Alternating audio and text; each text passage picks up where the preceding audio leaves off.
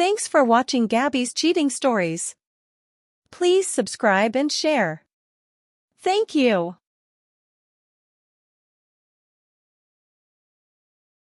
I still remember the first time I laid eyes on Steve. I was at a coffee shop in New Jersey, sitting by the window as usual, sipping my cappuccino, the kind that has just the right amount of foam. He walked in like he owned the place, confident, composed, his dark brown hair slightly messy in the perfect way, his tailored suit almost too perfect. I hadn't expected to meet someone like him that day, and yet, I couldn't look away. I had just turned 25 and was still trying to find my way in life, figuring out what kind of person I wanted to be. He, on the other hand, seemed to already have it all: his life, his career as a cardiologist, his confidence, and the unmistakable aura of someone who knew exactly where he was headed. It didn't take long for us to strike up a conversation. His voice was smooth, professional, yet approachable, and soon enough, I found myself sharing things with him that I wouldn't tell anyone else. He had this way of making you feel comfortable, understood, like you mattered. Before I knew it, we were having dinner together, laughing, discussing everything from our childhoods to our wildest dreams. I knew then that there was something special about him. A week later, he asked me out, and that was the start of something I never expected would change my life forever. Our relationship moved quickly, faster than either of us had anticipated. Steve was everything I had ever hoped for: intelligent, ambitious, and kind. But he wasn't just a doctor, he was a man who cared deeply about his patients, his family, and me. I felt safe with him, as though nothing in the world could touch us. We spent weekends together, exploring New Jersey, taking long walks on the beach, and talking for hours. It felt like I was falling more and more in love with him every single day. He had this charm, a quiet strength, but at the same time, he was so incredibly passionate about his work. After 2 years, it wasn't just the chemistry that kept us together, it was the way we completed each other. We both wanted the same things in life: a family, stability, love. I was ready for all of it. Steve proposed to me on a quiet evening at home. He took me to the kitchen, where I found dinner prepared and candles lit. "You're the person I want to share everything with, for the rest of my life," he said, and as the ring sparkled under the light, I knew there was no turning back. We were married that fall in a beautiful ceremony. Everything felt like a dream, a perfect, magical dream. And I couldn't have been happier. We were officially a family. Just the two of us, now bound together by vows, shared dreams, and the anticipation of what the future held. Our life was filled with joy, but also with the undeniable sense that we had something important to look forward to. A year after we got married, we discovered we were expecting a child. It was a surprise at first, but also the most wonderful news we could have received. We were ready to be parents, to welcome a little life into our world. Matthew was born a few months later, a beautiful baby boy with his father's dark eyes and my smile.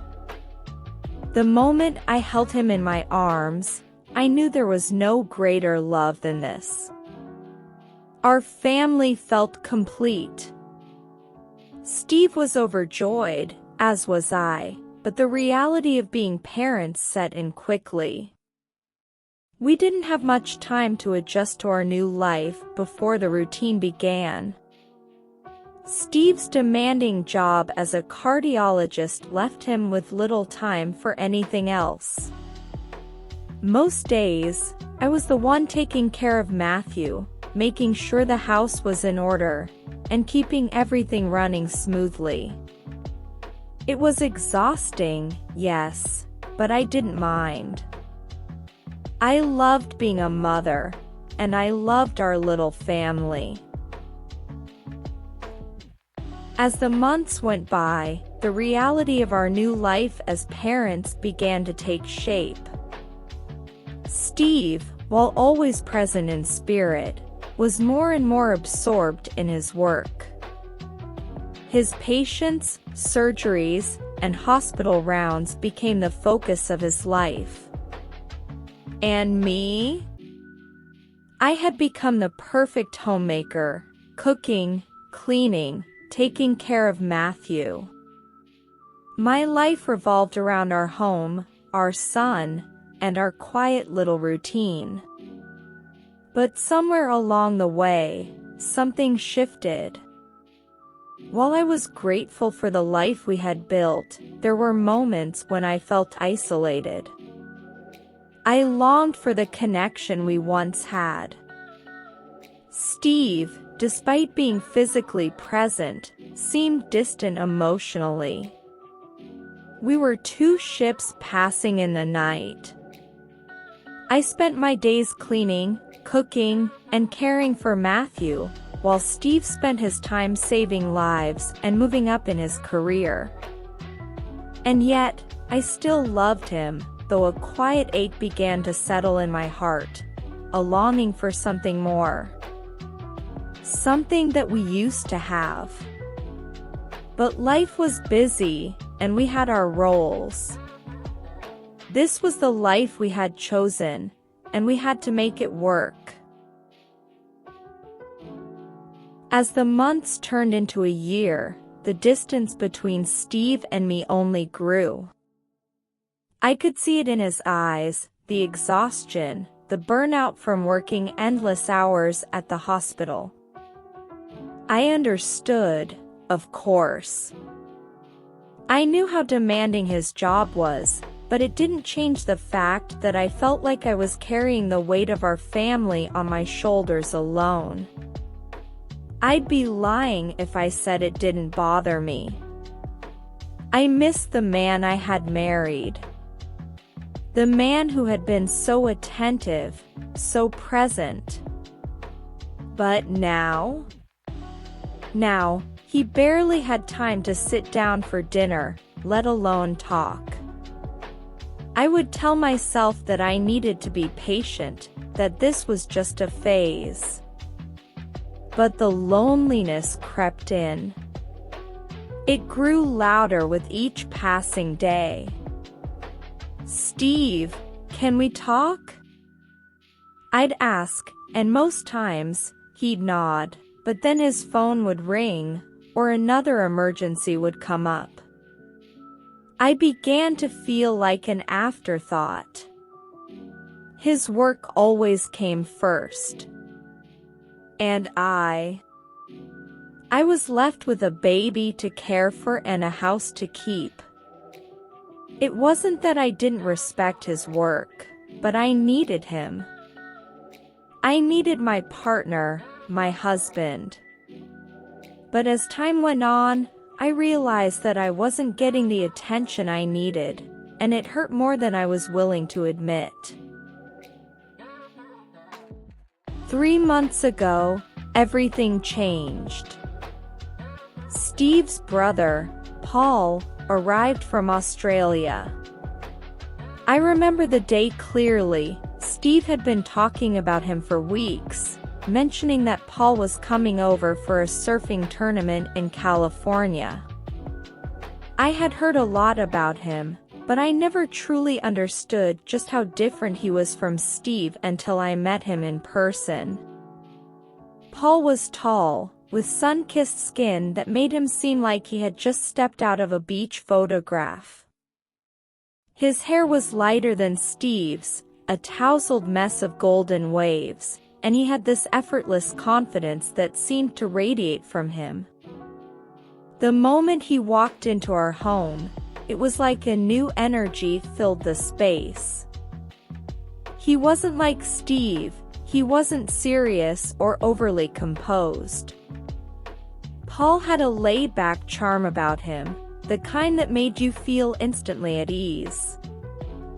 His Australian accent added to his appeal, smooth and rich, like music to my ears. Steve was delighted to have him here. Paul had been living in Australia for years, traveling the world for surfing competitions, and now, for the first time in what felt like ages, he was back in the US. I could see the excitement in Steve's eyes when he talked about his brother. There was a bond between them, a closeness that was undeniable. But there was also something else, a subtle difference in their personalities. While Steve was always on edge, always thinking of the next patient or the next surgery, Paul was free-spirited, always up for an adventure, living in the moment. I quickly realized that having Paul around made things feel lighter in the house. It was a welcome change from the heavy, routine-filled days that had become the norm. He would joke around with me, ask about my day, and make me laugh in a way I hadn't in so long. I felt myself becoming more animated, more present. It was as if the weight of everyday life had been lifted, just for a little while. We started spending more time together. While Steve was at the hospital, Paul and I would go out for lunch or take long walks around the neighborhood. He had a way of looking at the world that was so different from mine. Where I saw routine, he saw opportunity for fun.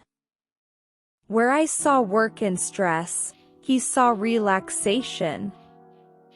And as the days went by, I began to appreciate Paul's company more and more. He was easy to talk to, easy to be around, and I found myself looking forward to our conversations. I couldn't remember the last time I had laughed so freely, without a care in the world. At first, it felt like nothing more than harmless fun. I didn't think much of it. After all, Steve and Paul were brothers. Paul was just another family member, and I was just being polite, being friendly. But the more time we spent together, the more I realized something I hadn't anticipated. Paul had a way of making me feel noticed, like I mattered. And that feeling, so simple, yet so powerful, began to affect me in ways I wasn't prepared for. There was an undeniable chemistry between us, but I tried not to acknowledge it. After all, I was married to Steve. But in the quiet moments, when Paul's gaze lingered on me just a little longer than usual, I couldn't deny the spark. I would laugh it off, thinking it was nothing, just a fleeting thought. But deep down, I knew things were changing. And I wasn't sure where it would lead. Things began to change subtly. While Steve was at the hospital, Paul and I would spend time together. We'd go for walks, grab coffee, talk about everything and nothing. He was easy to be around, a stark contrast to Steve's serious demeanor. I found myself laughing more, letting my guard down in a way that I hadn't in a long time. I told myself that I was just enjoying his company, that I didn't want anything to happen, that I was still in love with Steve. But the moments with Paul, those long talks, those casual touches, made me question everything. It wasn't intentional, but I felt a spark I hadn't felt in a long time. And yet, I couldn't stop. There was a magnetic pull between Paul and me that I couldn't deny. Steve was still working tirelessly, as always. And I was still at home, waiting for something to change. One evening, after a long day, Steve had an unexpected emergency at the hospital. The call came as he was finishing his dinner, and I could tell by the way he tensed up that it was something urgent. He quickly kissed Matthew on the forehead and promised me he'd be back soon. I was used to these last-minute calls, and though I hated them, I understood. But tonight, something felt different. Paul and I had been planning to watch a movie together that evening, something light-hearted to take my mind off everything, especially the growing distance between Steve and me. It wasn't anything romantic, just a casual evening between two people who had grown to enjoy each other's company over the past few weeks. As we sat down on the couch, Paul adjusted the throw pillows, making sure we were comfortable. He smiled, his relaxed demeanor putting me at ease as usual. The movie started, and we fell into a quiet rhythm.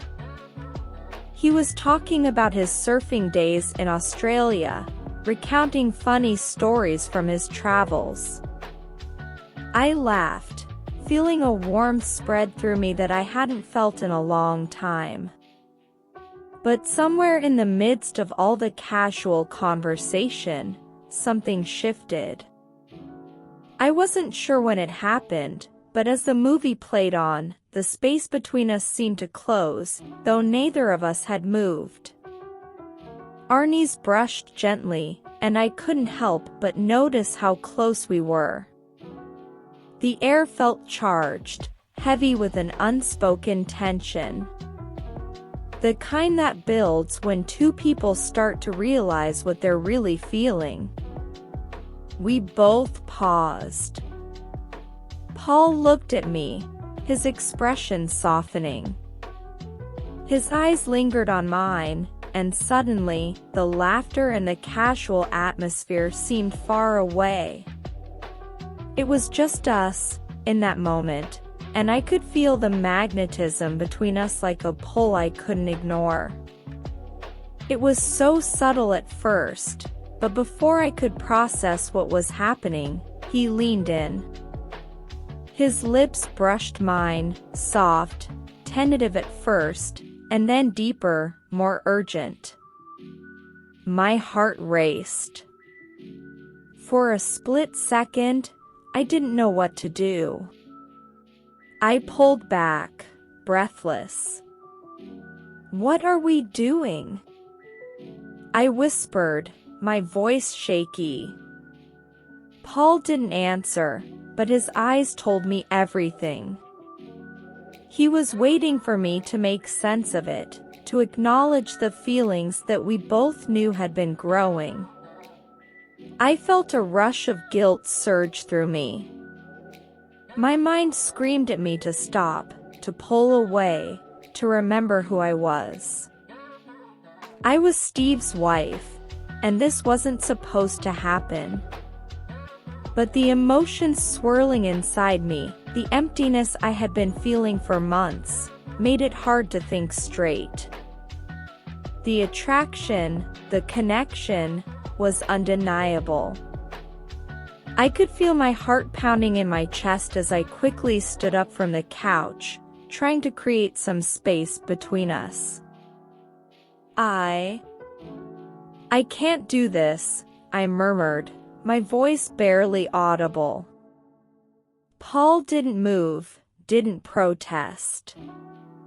He simply nodded, the tension still thick in the air. We both knew that what had just happened couldn't be undone, that the boundary we had crossed couldn't be erased. "Let's just forget this happened," I said quietly, my voice tinged with panic. I wasn't sure if I was talking to him or to myself. But even as I said the words, I knew it wasn't that simple. What had occurred between us had already begun to change everything. It didn't take long for Steve to find out. It was inevitable. He came home one evening, and I could see it in his eyes. He knew. His face hardened, the tension in the air thick. "What happened?" he asked, his voice cold. I wanted to explain, to tell him that it was a mistake, but I couldn't. Paul and I had crossed a line. Steve's anger was intense. He yelled, he called me names, and then he went to Paul. The argument that followed was heated, and before I knew it, Paul was leaving. I tried to stop him, tried to explain that it wasn't what he thought, but he wouldn't listen. Steve didn't want to talk to me after that night. He couldn't forgive me. He couldn't look at me the same way. And our once happy home was now a battlefield. The days that followed were a blur. Steve and I barely spoke. He stayed at the office late, coming home only to sleep, and even then, the tension between us was palpable. The love we once shared felt like a distant memory, replaced by anger, hurt, and a deep sense of betrayal that neither of us knew how to mend. I remember one night, lying in bed alone, staring at the ceiling as the weight of everything pressed down on me.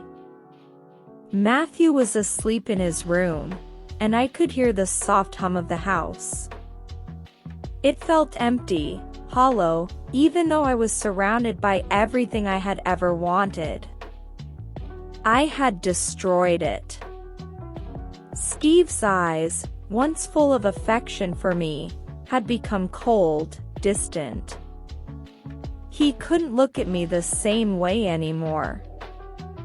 I was no longer his partner, his confidant, his wife. I was a stranger, a woman who had broken the trust that was the foundation of everything we had built.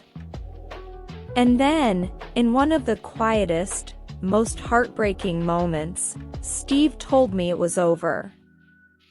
His words were final, detached, as though the decision had already been made long before he had spoken it aloud. He wanted a divorce.